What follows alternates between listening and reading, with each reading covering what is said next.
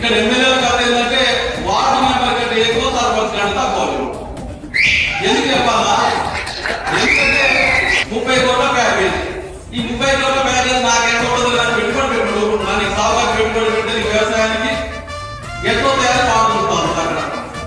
ఈ పరిస్థితిలో వీళ్ళందరికీ ఏమి లేదు.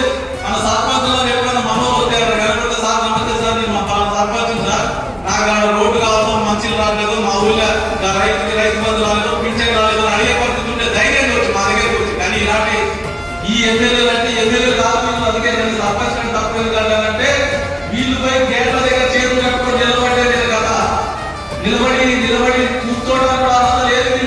వీళ్ళు నిలబడి ఉంటే అయ్యగారు మెల్లగా బయటకు వచ్చి ఓహో వచ్చినవా రైట్ నాకు తలగా ఒక రైట్ సార్ మంచి సార్ అని చెప్పి గారికి వీళ్ళ పొలం ఏం చేస్తారు నాకు చెప్పండి. వీళ్ళతో నేను రైతులు చెప్పండి. మన ప్రాంత సమస్యల మీద, మన ప్రజల సమస్యల మీద, అభివృద్ధి మీద, సంక్షేమం మీద కొట్లాడి నిధులు తీసుకొచ్చేటువంటి నాయకులు కావాలి కానీ తప్ప మీ ఎమ్మెల్యే మాట్లాడలేకపోయినా కాగితాల గిరిజన దగ్గర చక్రం తిన్నట్టు పట్టుకొని గిరిజన దగ్గర ఏం బాధ ఏం చూస్తారంటే ఏదో పట్టుకొని చూస్తారు ఆయన పట్టుకుపోతారు. అది గది కూడా లేదా దగ్గర కనీసం అది ఏదో కూడా పని చేసిందా లేదా? పని చేయాలి. పని చేసేటువంటి నాయకులను పెట్టి ఇలా మాట్లాడి మనం